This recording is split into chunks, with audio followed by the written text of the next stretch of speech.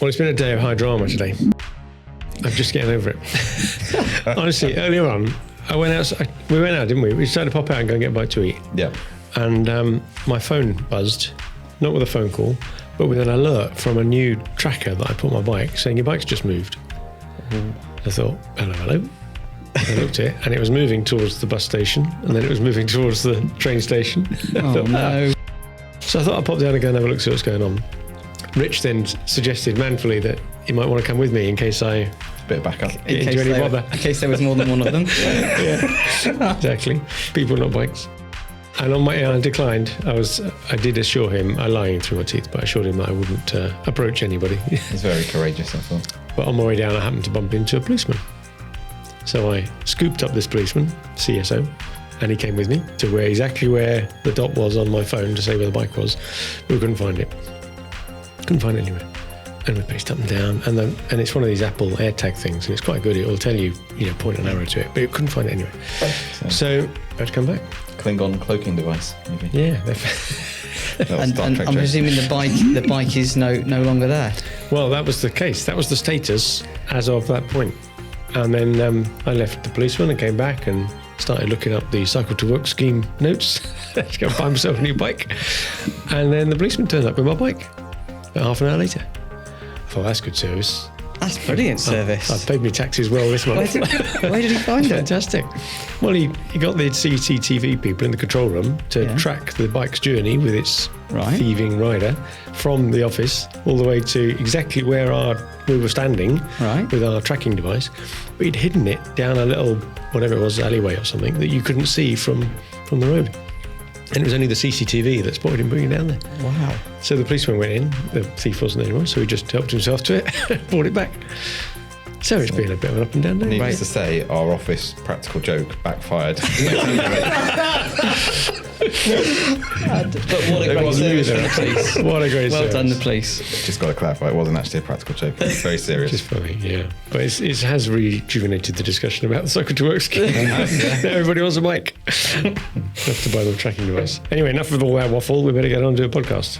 Shall we? Indeed. Absolutely. Okay.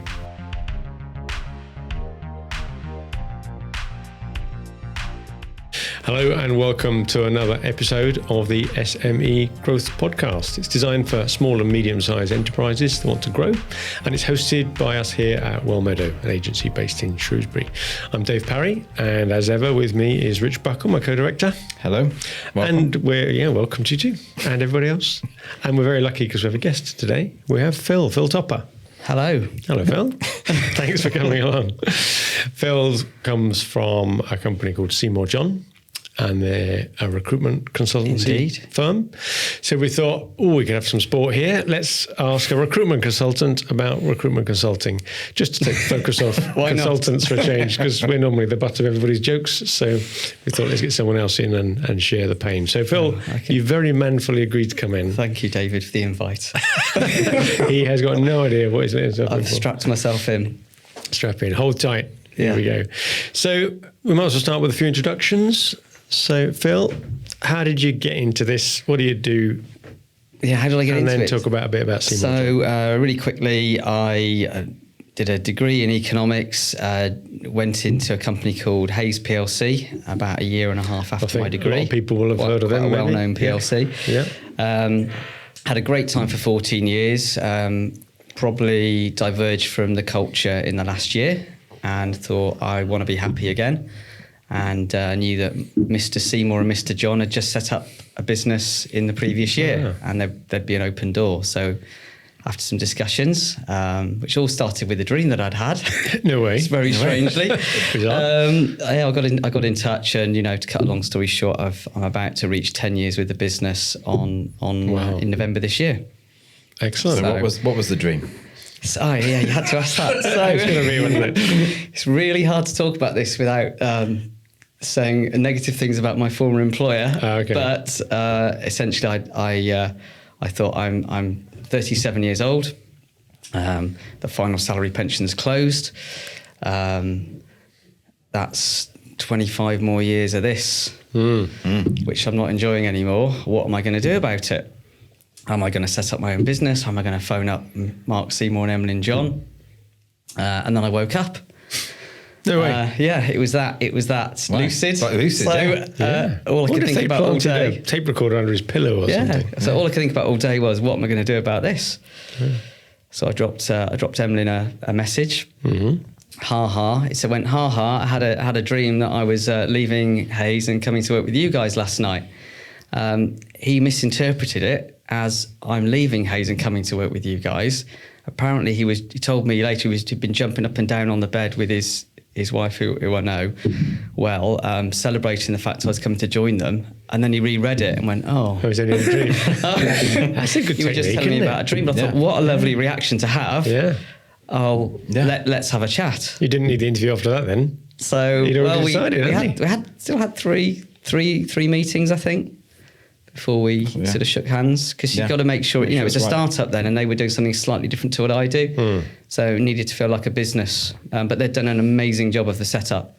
So I always thought Emlyn was the luckiest man I've ever met. And he still is. And if he bets on a horse, you bet on the same horse as him. Oh, let us know. Yeah. But he does an amazing amount of research. You wouldn't believe the amount of research he'd done before he set the business up in looking at the area he was going to go into and looking at the strength of the competition.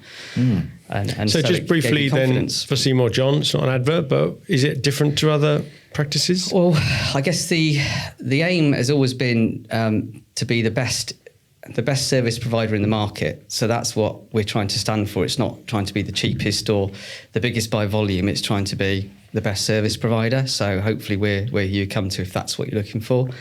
And we could talk a lot. I'm sure we'll get onto issues around price versus value and so on later in our conversation. But we're trying to offer a lot of value. So I think we tend to employ very experienced people at Seymour John because, give an example, I've just spent 15 months looking for someone to lead on technical operations, and we finally found Richard Northall. I wasn't prepared to take any old person. It had to be someone who I felt would be better than the competition, or to me, what's the point? So you've got to be the best at something. If you're the best at something, you'll grow a business, right? Yeah, no, I like it. So that sounds good. Sounds solid. That's why you come on this podcast. Come to the best. Is anyone he's ever done? It's anyone he'll ever do. He's very discerning. Yeah. Right, that's the advert over. We're not going to mention Seymour John anymore. General answers now. And remember, we're trying to help SME business owners and managers here, because a lot of people in that position are caught really on the horns of a dilemma when they need to recruit, because it's not all plain sailing to recruit yourself. Neither is it all plain sailing if you go to a specialist recruitment consultancy and do it that way. There's definitely pros and cons. And it may well be that even in one firm, some roles suit that approach, some roles maybe suit more in another. So we want to cover some of those stuff, and we'll have some jibes along the way, no doubt, at our own expense too, because we've all been there. So I suppose if we start with some of the positives then, what's the point of a recruitment consultancy? So why does the market even exist? The market exists because it's very hard to go to the market yourself and do a comprehensive sweep of the talent pool and know that you've got the best shortlist. So a lot of internal recruitment efforts won't even try and go down that route, will they? They just put an advert in. Yeah, you put an advert in and it's potluck and you see what happens. And which is Thursday in the Telegraph, right? Sometimes you get lucky. Yeah. Sometimes you get lucky. Most of the time you don't at the moment, particularly in a talent short market. Yeah. So we see a lot of companies advertise, and perhaps they're coming to us a couple of weeks later when the response hasn't been great, and you get that because obviously the big con with recruiters is it costs money. So benefit number one, access to more candidates. Access to more candidates. And I think what I'd say is that you get what you should get if you use the right sort of agency with the right approach is they should have done a really thorough scour of the available market for that talent that you're looking for. And what you should get is a well-researched, high-quality shortlist versus, say, an advert where you just get potluck and... Well, there's a suspicion, especially those wanting to take a bit of a cheap pot shot at it, that a recruitment consultant will go onto LinkedIn, find a load of strangers they've never met, dress them up with a nice letter-headed CV with their own brand and forward it on, right? So that, and I guess there will be some bottom-feeding firms out there that operate like that. No, a lot of. Well, we all know that a lot of recruiters do operate a bit like that. The worst example I've heard of is a candidate CV turns up at a company and we knew the candidate. She had no idea her CV had been sent to that company by that agency. They'd just got a CV off CV Library and posted it on her behalf and said, "Oh, you're interested in this candidate." So can you give a good tip then? Somebody in a management position recruiting, what sort of question could they ask a recruitment consultant to test that they're doing it properly, so to speak? Okay, so you'd want to ask the recruiter exactly what processes they went through, and what their methods were of finding candidates. So most will have access to places like LinkedIn, but then you might want to say, well, do you have the LinkedIn recruiter license or the more basic one? That's a good question, because the recruiter license is a lot more powerful when it comes to candidate reach and your ability to get to the right answer quicker. So with a recruiter license, you can message 250 candidates in one go, and do the same job in a minute. That imagine sitting there and individually doing. But someone that, just scraping LinkedIn would probably have that, right? So we've all got a basic LinkedIn profile, and most of us have. But it would take you an awfully long time to go through the same process without that. But license. an agency not doing the depth of research you talked about could well have paid that money just a sort of entry ticket into the market to play it their way. Exactly. So I can illustrate this with an example, perhaps. But so I was asked to recruit into my core market for a client the other day, and I thought, okay, this won't be too difficult. You've got some criteria, but we can do this. I did the LinkedIn thing, using the recruiter license. We've got a bit of software that sits on top of Read and CV Library, our own database, and it pulls all that information together in one go and sifts it for you. We've got my own network, of course, over many, many years. But I had to reach out to 62 different candidates to be able to build a shortlist to get a solution for the client. It was an awful lot of work. And it's just because it's a talent short market. People are being looked after by their current employers. So you have to work quite hard to get the solution that you're looking for when you recruit. Yeah.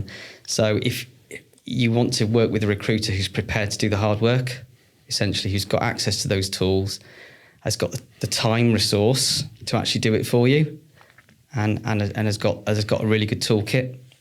Do you think you develop more of a nose because you're doing it all day long, so you can tell how well a candidate's presented, are they seriously looking for work, maybe even if they're a good fit, in a way that an in-house recruitment process couldn't hope to achieve? Or is that overplaying? No, you do get, you if you're an experienced interviewer, you obviously get better and better at it over the years. So if you're using an experienced recruiter who's conducted 3,000 interviews or something over their lifetime, then they should be pretty good at sniffing out the good talent from the people that are maybe covering up one or two things in their history. Have you got like a top question that you ask? What's a good what's the most insightful question that you can? To be honest, the thing that I enjoy talking through most, I think is the most insightful, is actually getting someone to give me a guided tour of their CV, stopping at each job move to understand why they left the company they left. So what were their motivations? What are they thinking about? And why did they take the job that they took? And what did they hope to get from it?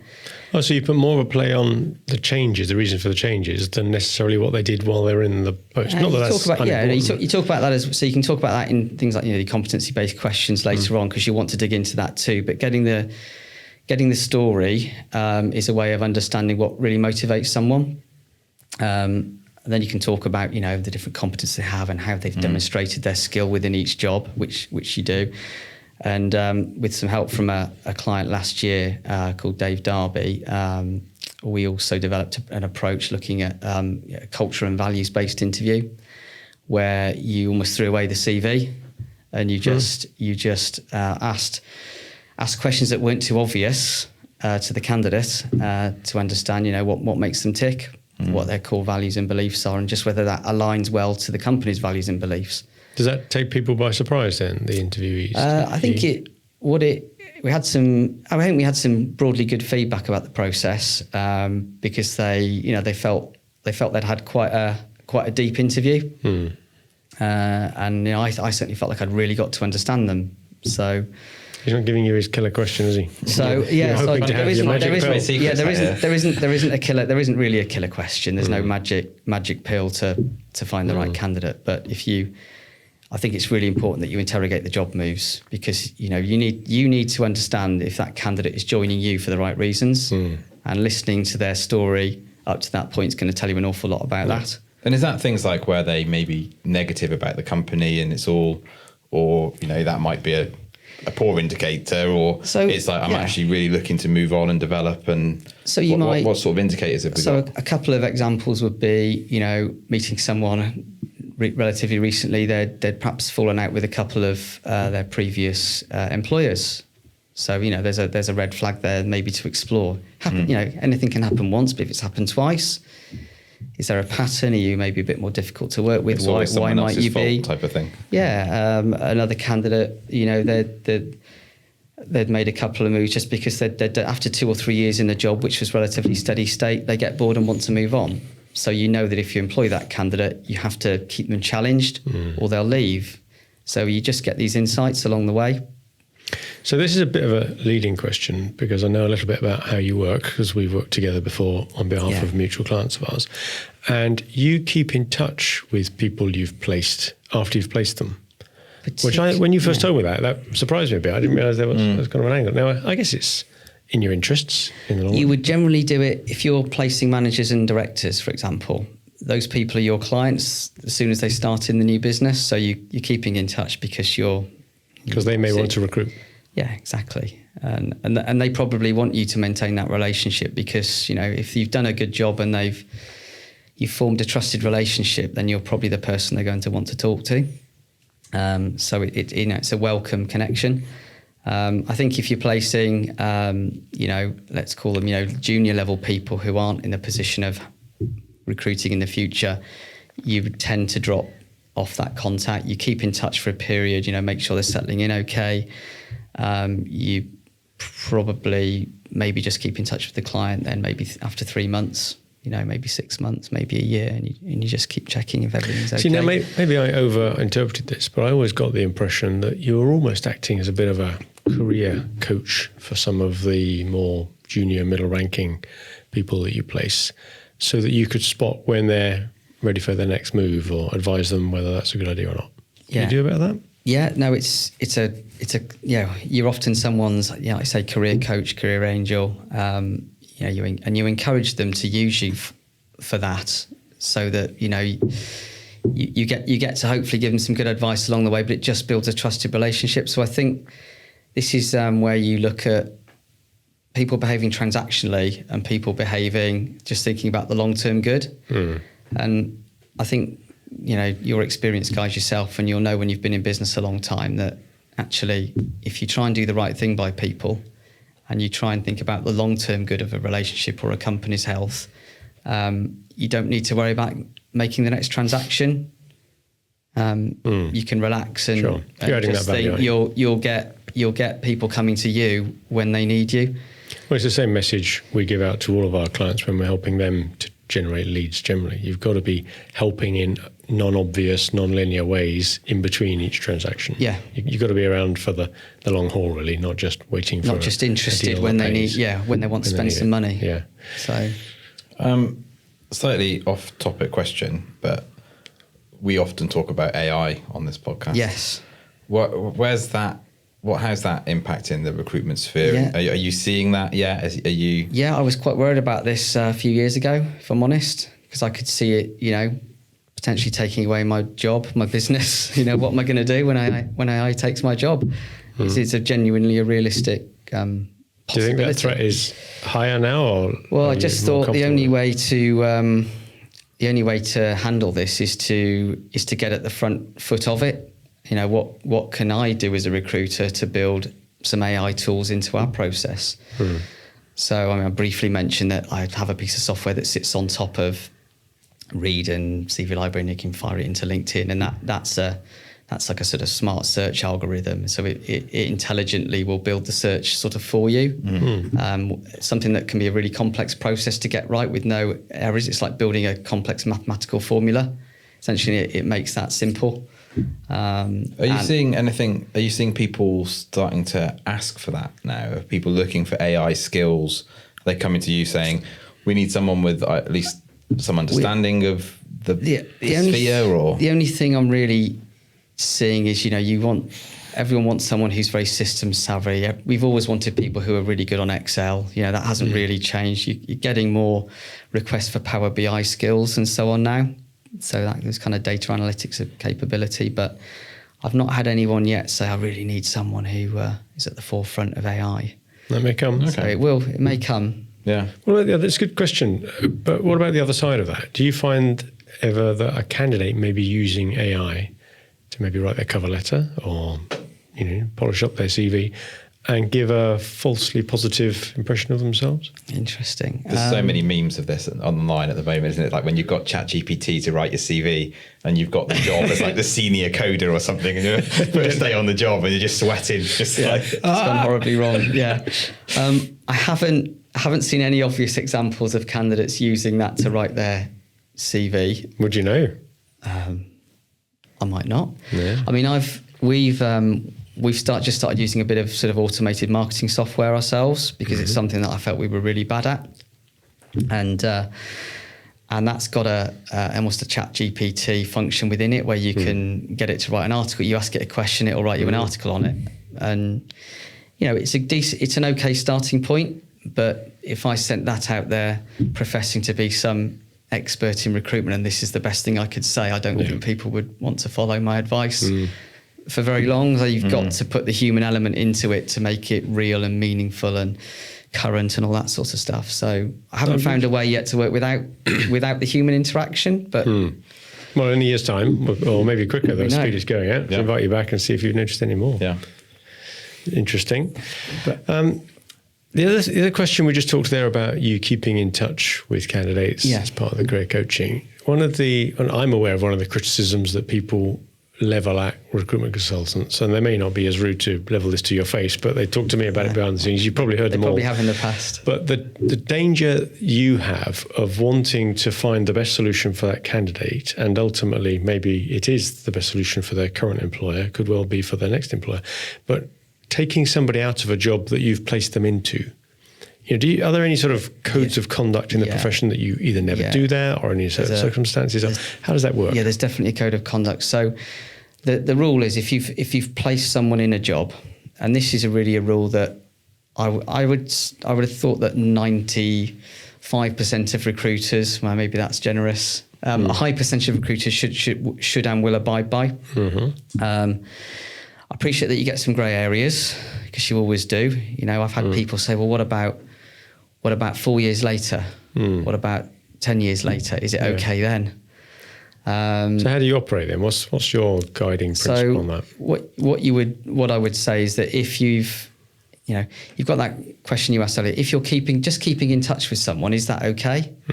You say, well, it could be okay if are you genuinely concerned about their well-being and how they're getting on in the company, or are you just keeping in touch with them to try and encourage them to move jobs again? So some of it's about intention. And funnily enough, we had some quite deep conversations about this, 6 months, 9 months ago. That's interesting. And about how we set our ethics up and were we all on the same page in our office? Yeah. And, we needed to get aligned on this, and we needed to be clean on it because actually, again, making a transaction versus long-term relationship, if you want to maximize your business in the long term, you actually do need to work by the rules that your clients would appreciate.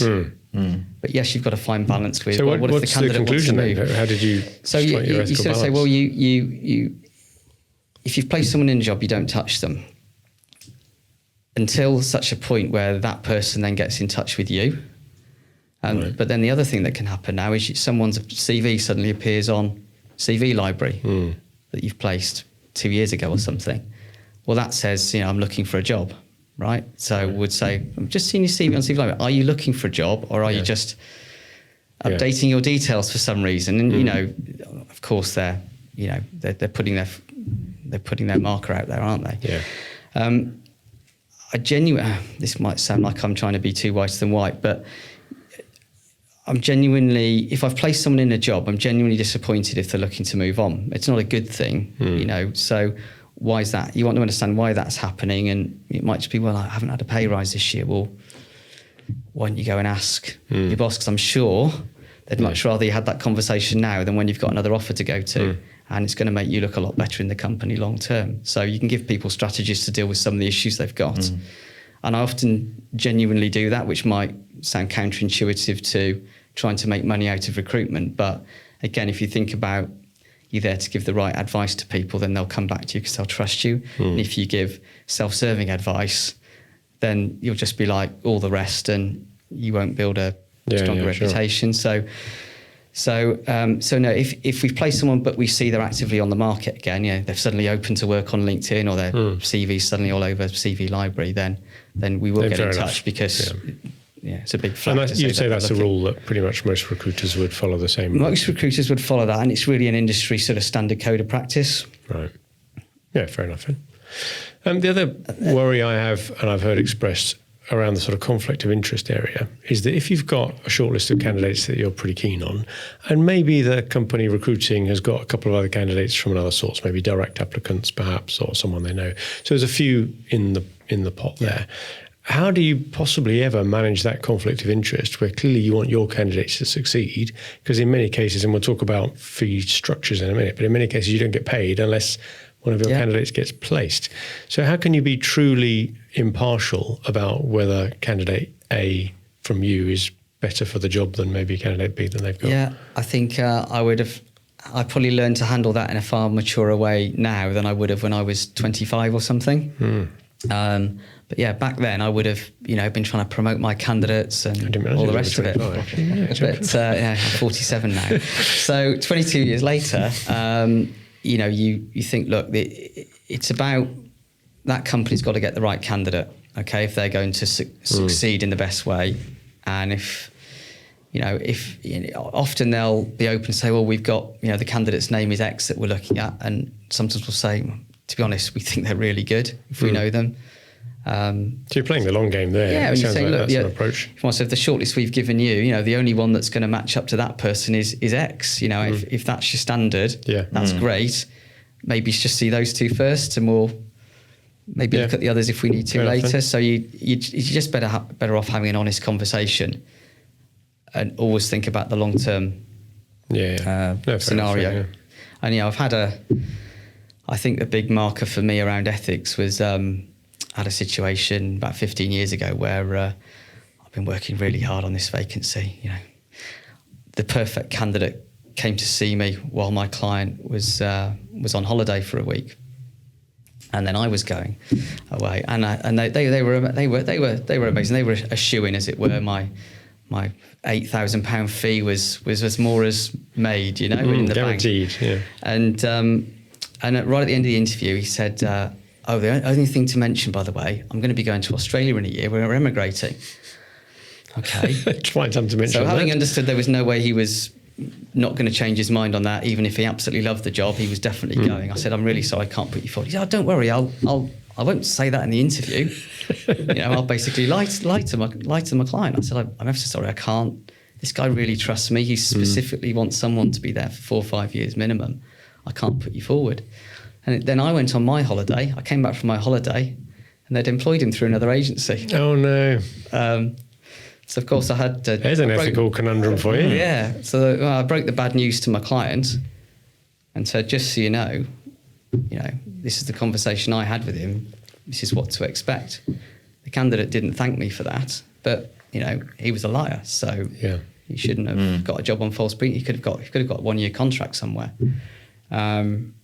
But, that cemented that relationship with that client forevermore. And, he never went to another agency because he knew he could trust me. Yeah, and that's, as you say, it sounds like your view on that has matured or grown and developed over the years you've been in it. You realise that, because I hear a lot of youngsters going into recruiting these days. I know lots of children of friends my age who are now going into the workplace, early 20s. It seems to be that the recruitment industry is hoovering up all this young talent, fresh graduates. Yeah. And I guess they don't have those wise years of experience behind them. You can only hope they're being coached well. I think that you find in a lot of... you might find this in, say, a large corporate recruiter where it's a bit more like a sausage machine, a bit more like a factory approach to, whipping people by KPIs to deliver a result. Well, and very commission driven as well, isn't it? Yeah, and you've got to hit this target every month. Some companies who perhaps force their employees a little bit harder than others to hit those targets tend to generate a culture where, you're put under so much pressure to hit Almost those targets. anything goes. Ethics fray quite quickly. Yeah. In order to hit those targets. If you take more of a long-term view, then is that another good question to ask any potential recruiter firm that you might be thinking of engaging as a business owner? Then, how do you reward your staff? How heavily incentivized are they? You'll just be, all recruiters are paid on commission. So, I mean, we probably pay one of the higher levels of commission in our company. But I think it's just about the culture. The owner, the manager, whoever it is, has got to drive that culture and got to believe in that culture to make that stick. And it does work long term. I don't make half the number of business development calls that I used to make in a big corporate. You just think, well, if people come to you if they trust you. Yeah. It's the whole inbound marketing philosophy, isn't it? Referrers and the applicants. Yeah. Stuff. So brass tacks, what's it going to cost me? We talk about pricing structures. So this is interesting. That must be the question you get. We get a lot, and most recruiters operate in the zone of 15 to 20%. Is that a starting salary or package? Sorry. Were you thinking about fee rate when you said what's it going to cost me? Yeah. And the structures. What's the structures? Yeah. So someone listening. Yeah. Most recruiters operate on a contingency basis. So that means that, the fee is contingent upon the candidate actually starting work on day one, at which point, the invoice is released, and that's typically between 15 and 20%. There's no hard and fast rule as to what you should pay as an SME looking to recruit around that range. A lot of people say, well, I want 15. Okay, well, what kind of service do you expect for that? So for 20%, you might get someone who's, looked at 400 CVs, approached 62 candidates and you really know you've had an incredibly thorough search. For 15%, you might get a bit more of a bums on seats approach. You might be you're probably doing more of the work yourself as a line manager or HR manager to sift the CVs and to work out what's the argument then for charging more just because I'm prepared to pay a higher salary? So the argument has generally been that if you're looking at let's say a finance director versus an accounts clerk, an accounts clerk will have one interview. It's a relatively quick process to find someone. It's a very fast-moving part of the market. This is who's available this week. Who would you like to interview? Let's get it done. Job offer out. Within a couple of weeks. Yeah. Whereas in a finance director process, that might take you a month just to do the research. So I get the point about the grade, the seniority, if you like. But whether I'm paying them 90 grand or 100 grand for that salary, why would you earn an extra 2 grand if you're on a 20% kick? Yeah, I've got some sympathy with your point. Genuinely, other than the argument I've just given you, I don't really have a better answer than that. It's just traditional. That's just the way the business works. It's the way the market has always been structured, and you're right. You're obviously paying more because it's a higher salary, aren't you? Yeah. I mean, why do you need to put a bigger percentage on it? Yeah. What you'll tend to find as you get more senior is you might be asked to start paying retainer fees. Or you might be asked to pay retainer fees if you're doing a campaign where you're hiring multiple people at the same time. Right. And the reason is the recruiter, quite rightly, is trying to de-risk their time. Yeah. So all of the work in recruitment is at the very beginning of the process. And the easy bit is almost, now we're just arranging interviews and coordinating something. So, if you're going out there to do, 3-4 weeks worth of research and you haven't got some sort of retainer. Yeah. Do you need to be exclusive as well? Big. Yeah, you'd want to be. Yeah, you'd always be exclusive with a retainer just because the company's parted with some money, and they're not going to want to do that with multiple agencies. And do you think it costs the company about the same whether they do the retainer? Yeah, we would charge the same whether it was a retainer or not, typically. And I'd be more tempted to charge less if it was retained because you get more of it up front. Because I've de-risked my hiring process. So where we find where's most of our, and you can leverage this if you want to talk to a recruiter after hearing this conversation. But if I'm working with a big PLC where they've got the ability to move people around in their business, there's a far greater chance we'll get halfway through the recruitment process and they'll say, "Oh, we found a great internal candidate now. Yeah, thanks for your time. We're obviously not going to pay you for it." And you've put one working. Yeah. If you're, an SME going out there saying, "No, we really need this person. We're only going to work with you."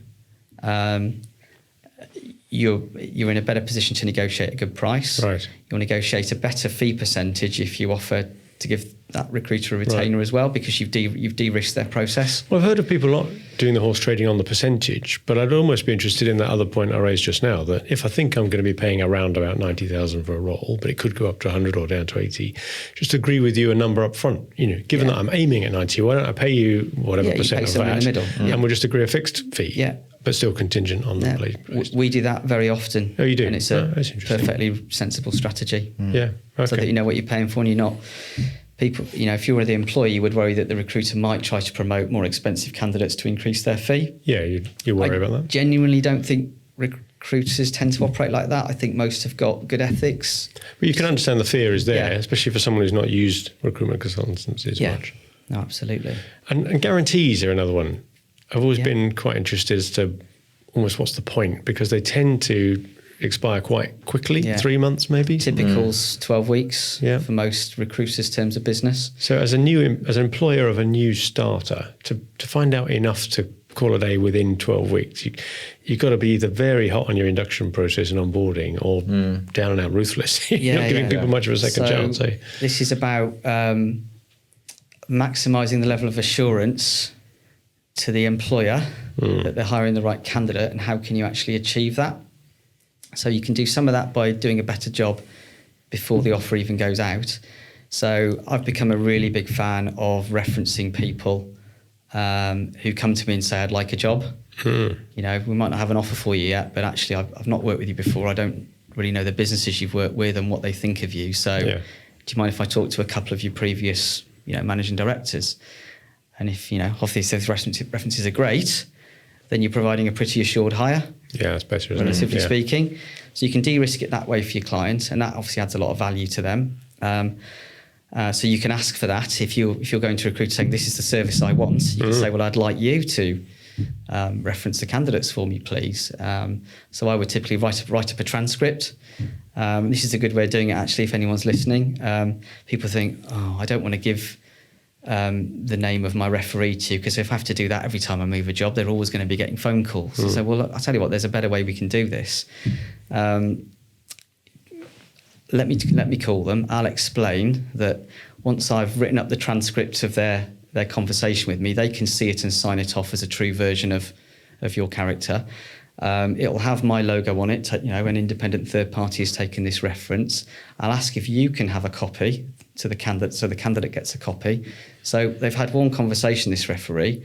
We've got a third party reference on file, and the candidate can have a copy to use every time they apply for a job in the future. Idea, isn't it? So that person's time is maximised. The candidate's got value beyond having to use me to get their job. They can take that with them for the rest of their life. So, and that way we've added more value, and then that gets appreciated. So it's another way of building our kind of reputation, the way that we add value. You talked about the guarantee there. Let's say someone didn't work out after 6 months.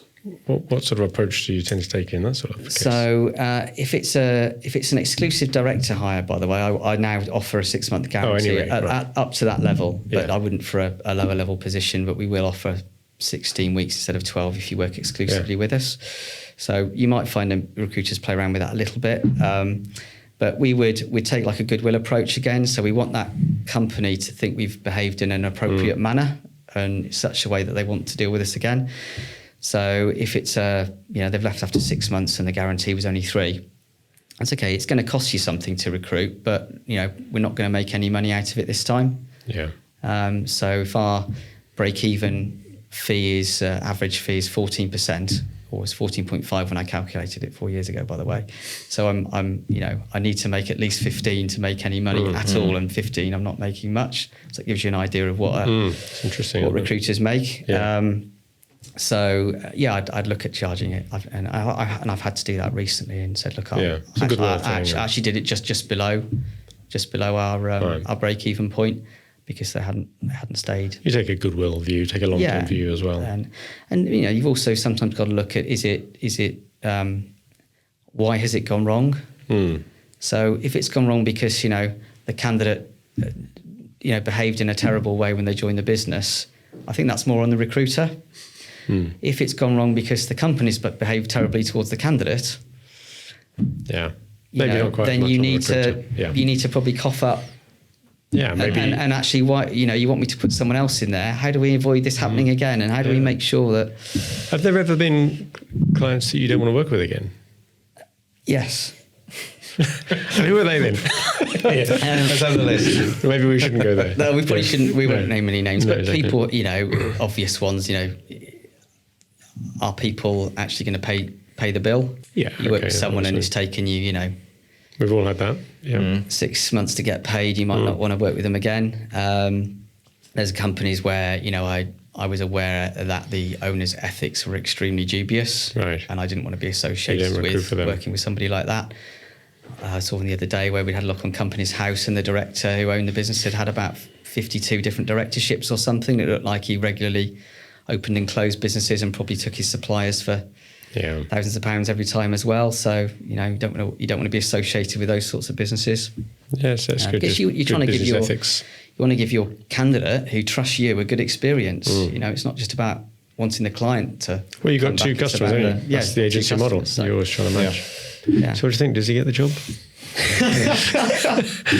We'll have to negotiate the fee, I think. We'll have to. Yeah. 14.5, I think, is about what we get. But, I think that's quite useful, actually, isn't it? I think we've covered some good tips. We're used to using recruitment consultants for ourselves and for our clients, haven't we? We've seen them around, but I think people talk a lot about the price when they go to recruiter. I want you to do it 15%, and for obvious reasons, I'm saying, well, we're barely making any money at that typically.